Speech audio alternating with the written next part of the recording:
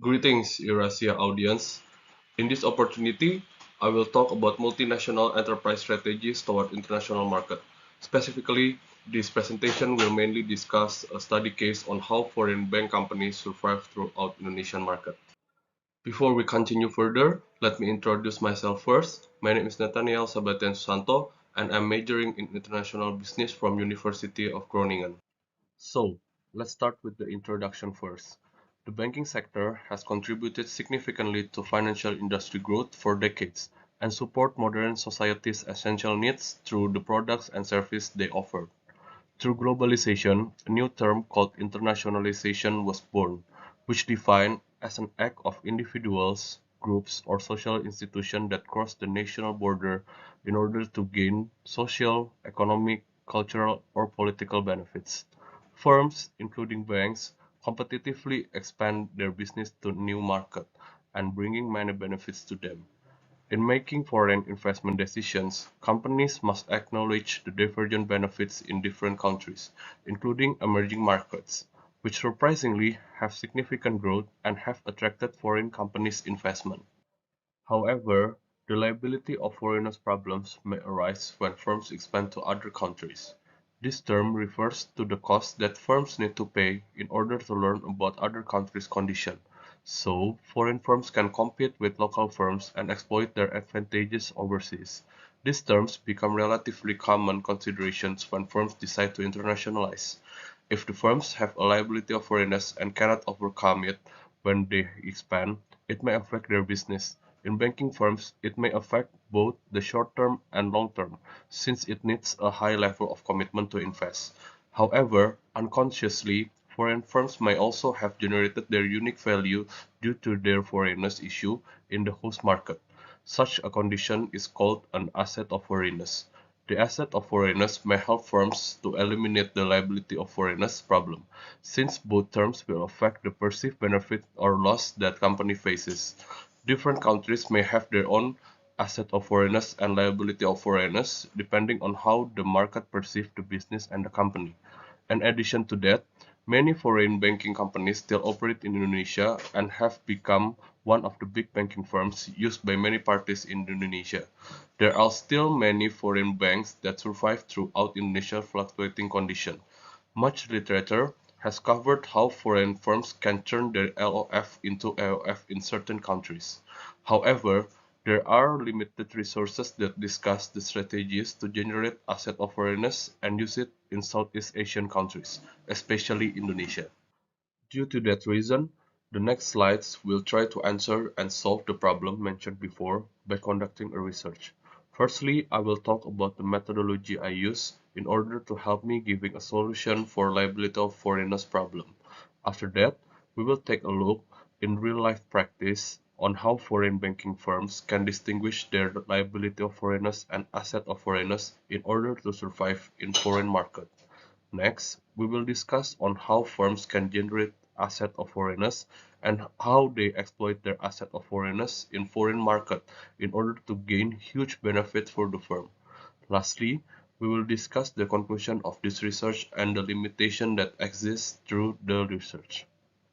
In methodology section, we will first discuss the sample selection, followed by how we collect the data from the samples, and finally how to analyze the data based on the information we already collected from the samples. So firstly, we will talk about the sample selection. In this paper, firms in Indonesia will be selected as the research sample. This selection is because Indonesia became one of the world's largest economies and the largest economy in Southeast Asia. To be more specific, we will select several foreign banking firms in Indonesia. In terms of data collection, primary data will be gathered through this research by doing interviews. Using interviews can help enrich the information regarding the strategies and decision making that foreign banking firms consider. And lastly, about the data analysis, a qualitative case study, precisely a case study approach, will be conducted to analyze foreign bank firm strategies when entering the Indonesian market. This approach will benefit in terms of the depth and clarity of explaining complex issues in real-life settings. Now, let's discuss the findings of this research. First, we will talk about how firms can distinguish between their AOF and LOF. Respondents have agreed that the main factor influencing their ability to distinguish between AOF and LOF is the market knowledge present in their company. Being an international company brings many benefits for them in terms of managing information from global perspective and adapting to different countries. Both companies also stress their capabilities to be responsive to local needs by including their headquarters to discuss the approach strategy, which also help them adding more information and leads to more knowledge. They have a high level of commitment due to Indonesia's substantial potential for economic growth and may benefiting the companies. From their perspective, Indonesia has a huge market that can support their business and will keep growing for a long time frame. It is supported by non-economic factors that also become their consideration when investing in Indonesia, such as solid market consumption and competitive human resources. This reason also differentiates Indonesia and other Asian countries from Europe and America region, where the growth seems stagnant. Due to Indonesia's potential, respondents agreed that their level of commitment is increased towards the Indonesian market and resulting in increasing market knowledge to compete with local firms. Respondents also recognized the presence of liability of foreigners in their company. The primary liability of foreigners that may affect them is the lack of connection and accessibility to larger area in Indonesia, where local banks may be superior to them. In terms of capital and firm size, foreign bank firms in Indonesia may be inferior compared to local banks in Indonesia. This position resulted in their inability to reach every customer in Indonesia. However, with the market's knowledge they possess, they could focus more on generating advantage over local banking firms due to their foreignness, thus eliminating the liability of foreigners. With such a strategy, they have been able to maintain a strong position in the market. Next, we will discuss about how firms can generate their asset of foreigners.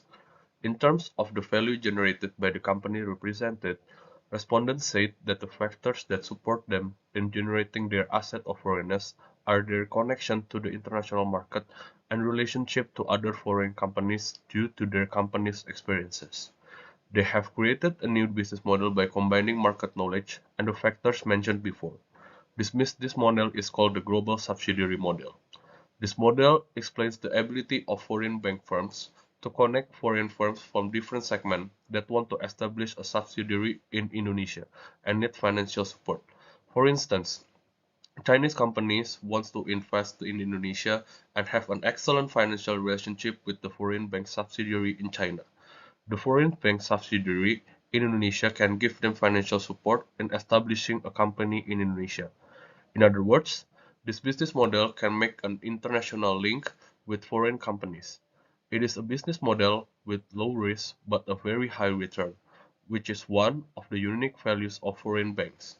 This business model also introduced the capability of foreign banking firms to use its connection to the subsidiaries globally to manage information and apply it to gain profit and maintain a strong position in the market, which can be defined as an asset of multinationality.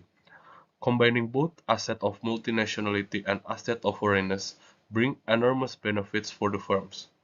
Another thing they mention in differentiating foreign banks from local banks is creating sustainable financing. This term is created due to the global strategy implemented in their headquarters to support a sustainable environment. In their opinion, this term is still new in developing countries. As a result, it gives them more opportunities to exploit this value to companies in Indonesia due to the image that they are coming from developed countries, where sustainability term is common. Another advantage they may use to survive throughout the competition is to form business-to-business transactions. The business-to-business transactions are mainly conducted to gain a higher return rather than serving business-to-customer transactions, which local banks may be superior to foreign banks. Lastly is about how firms can exploit their asset of foreigners in foreign market. In order to exploit foreign bank firms' asset of foreigners, there are some strategies that each company has. The strategy mainly used to assist the global subsidiary model is to finance more foreign companies from another sector that want to invest in Indonesia. According to the respondents, This strategy may have a win-win solution for both parties. Foreign companies may have opportunities to invest in Indonesia without worries about financial support, while foreign banks will benefit from financing the foreign companies. By exploiting their relationship with foreign companies, they have been able to gain enormous benefits throughout this model. Respondents also stated that they implement strict rules for their sustainable financing program to maintain their reputation in the market. If their clients doesn't align with these goals, foreign banks will cut their financial support for them. The other strategy is to maintain their specialization while keep building a reputation with external partners, such as government, local market, and other banks. The respondents are aware of their strength and weakness. So instead of imitating the local bank specialization, they try to emphasize their advantages over local banks. This strategy, however, may change over time by considering several factors, such as regulation, recession, and political changes. In conclusion, this research has examined the liability of foreigners that foreign bank firms possess, and strategies to overcome it and generate an asset of foreigners that will benefit them throughout Indonesia's fluctuating and competitive condition. The limited paper has already determined the practical strategy that foreign firms can use when competing in the Indonesian market.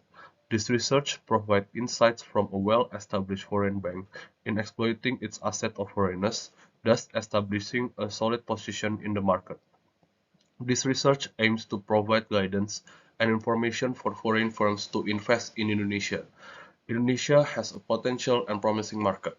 Some papers examine Indonesia's attractiveness and conclude that Indonesia has a high attractiveness since Indonesia has several factors that may help the investment process. This attractiveness, however, also has a disadvantage for every company in Indonesia. The business climate will become more competitive, and firms need to generate unique value that differentiates them from their competitors.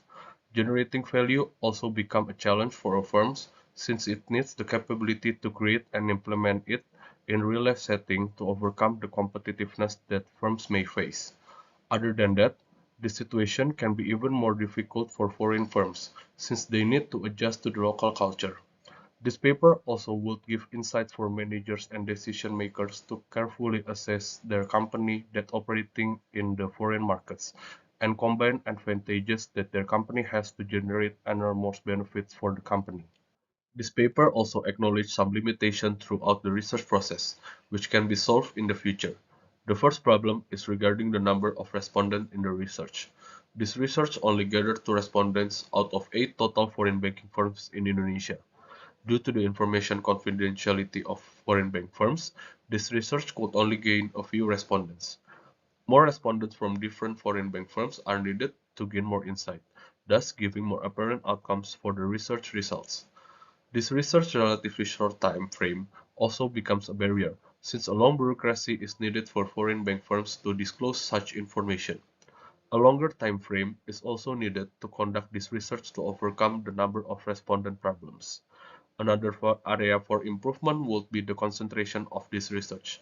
This research focuses on studying the foreign bank strategies under Indonesia's business climate, which may make the information unable to be used in other business environments or countries.